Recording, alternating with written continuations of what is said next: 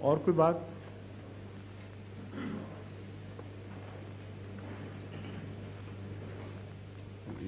دو تین سوال ہیں اگر اجازت ہو۔ ہاں ہاں، میں تو آیا اسی لیے ہوں، بیٹھا ہوں آپ کی خدمت پہ، جتنے سوال چاہیں کریں۔ دوسرا سوال ایک ہمارے غیر احمدی دوست کا یہ ہے جی کہ بحیثیت ایز احمدی میں تو جانتا ہوں اور ہمارے کئی دوست جانتے ہیں کہ کیا یہ درست ہے کہ احمدی جو ہیں حضرت مرزا صاحب کو رسول پاک صلی اللہ علیہ وسلم سے زیادہ درجہ دیتے ہیں؟ انا للہ و انا الیہ۔ اس کا جواب سوائے اس کی یہی ایسی باتیں اس میں لکھی ہوئی ہیں، اس رسالے میں یہ بھی لکھا ہوا ہے۔ جی جی، نہایت ناپاک الزام ہے،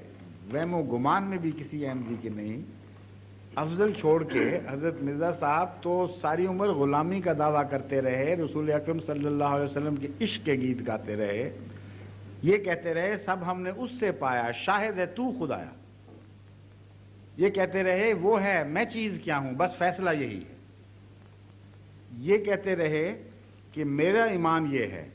کہ اگر کسی کے کوئی حمالہ کے برابر بھی نیک اعمال ہو اور وہ حضرت صلی اللہ علیہ وآلہ وسلم کا دشمن ہو یا آپ کی مخالفت کرتا ہو تو خدا ان اعمال کو جہنم میں پھینگے، اس کی کوئی بھی پرواہ نہیں کرے گا۔ یہ ساری عبارتیں یہ لوگ پڑھتے ہیں اور جان کے چھپا لیتے ہیں مسلمان عوام سے، اور وہی فتنہ کرتے ہیں، کوئی چھوٹا سا ٹکڑا نکالا، اس سے غلط معنی پہنائے اور وہ پیش کر دیے۔ یہ بھی اس میں لکھا ہوا ہے کہ محمد رسول اللہ خود کیا دعویٰ محمد رسول اللہ ہونے کا، اور بین ہی وہی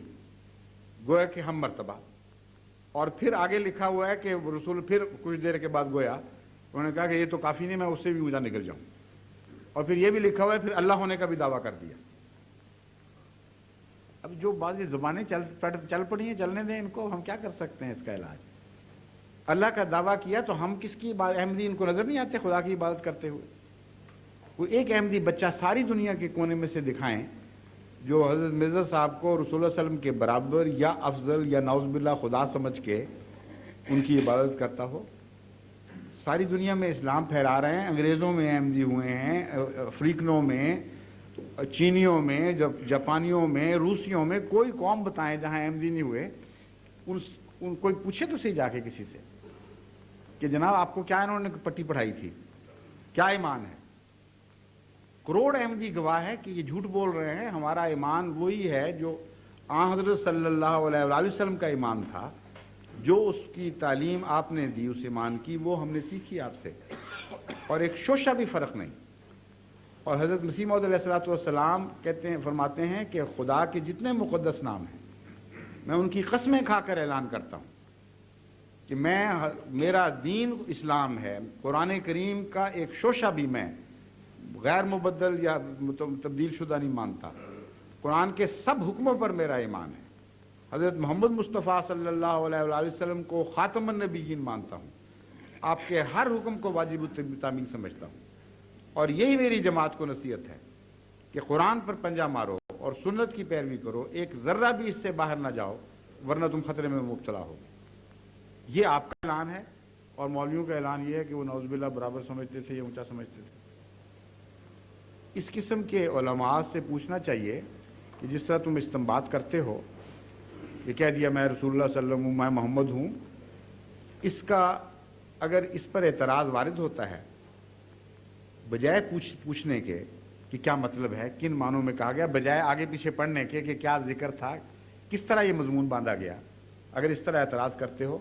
تو پھر تمہارے جیسے ہی تھے جنہوں نے منصور کو سولی پہ چڑھایا، اس نے بھی تو انا الحق کہا تھا،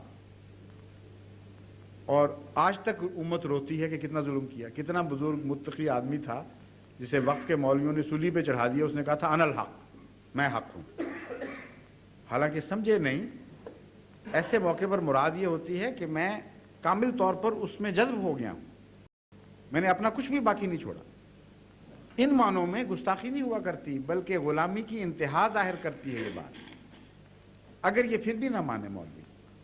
تو ان کو آپ قرآن کریم کی ایک آیت بیان کر کے اس کا مطلب پوچھیے۔ اللہ تعالیٰ فرماتا ہے انما یبایعونک الذین یبایعونک انما یبایعون اللہ ید اللہ فوق ایدیہم، کہ اے محمد درخت کے نیچے یہ جو بیعت کرنے والے ہیں یہ تیری نہیں اللہ کی بیعت کر رہے ہیں، اور کوئی شک نہ رہ جائے بات میں، فرمایا ید اللہ فوق ایدیہم،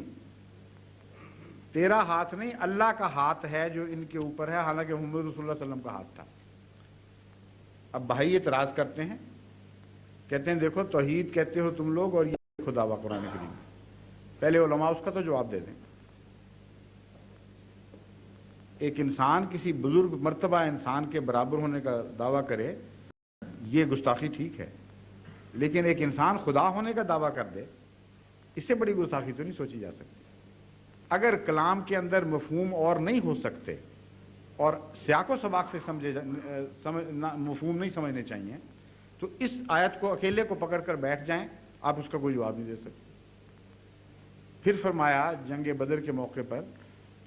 ما رمیتا اذ رمیتا ولکن اللہ رما، اے محمد صلی اللہ علیہ وسلم تو نے وہ مٹھی نہیں چلائی جو تو نے کنکریوں کی مٹھی اٹھا کے کفار کی طرف پھینکی تھی، حالانکہ چلائی تھی، اذ رمیتا، ہمیں پتہ ہے تو نہیں چلائی تھی، ولکن اللہ رما، لیکن اللہ نے چلائی تھی۔ کیا مطلب ہے کہ رسول کریم صلی اللہ علیہ وسلم اللہ ہونے کا دعویٰ کرتے ہیں؟ سمجھ ہی نہیں، فہم ہی نہیں ان لوگوں کو، یہ دین کی باتیں ہوتی ہیں، اس سے مراد ہوتی ہے ہم مرتبہ ہونا نہیں بلکہ کامل غلامی۔ یہ اعلان ہوا ہے قرآن کریم میں کہ خدا تعالیٰ کے کامل تابع اگر کوئی شخص ہے آج دنیا میں کائنات میں تو محمد رسول اللہ صلی اللہ علیہ وسلم۔ اس نے اپنی کوئی مرضی نہیں چھوڑی، اپنے وجود کو کامل طور پر مٹا دیا ہے،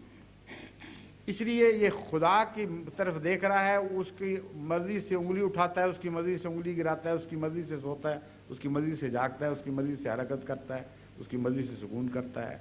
کوئی اپنی خواہش باقی نہیں، ہر وقت خدا کی رضا پہ نظر ہے۔ تو اپنا کچھ بھی نہیں رہا، گویا کہ جب یہ کچھ کرتا ہے وہ خدا کا کرنا ہو جاتا ہے۔ یہ معنی ہیں، اور اسی معنی کی تائید میں ایک اور آیت ملتی ہے کہ وما ينطق عن الهوى ان هو الا وحی یوحی، کہ محمد رسول کریم صلی اللہ علیہ وسلم جب کلام کر رہے ہوتے ہیں تو اپنی خواہش سے تو کر ہی نہیں رہے ہوتے، ان هو الا وحی یوحی، یہ تو اللہ کی وحی ہے جو اس کی طرف کی جا رہی ہے۔ اب کلام محمد مصطفیٰ گویا خدا کی وحی ہے۔ تو جس شخص نے اپنا نفس مار دیا ہو، مٹ گیا ہو، یہ کہہ رہا ہو وہ ہے میں چیز کیا ہوں، بس فیصلہ یہی ہے، اس کے بعد اس پر یہ اعتراض کرنا جب وہ ایک عارفانہ کلام کر رہا ہے، انتہائی ظلم ہے۔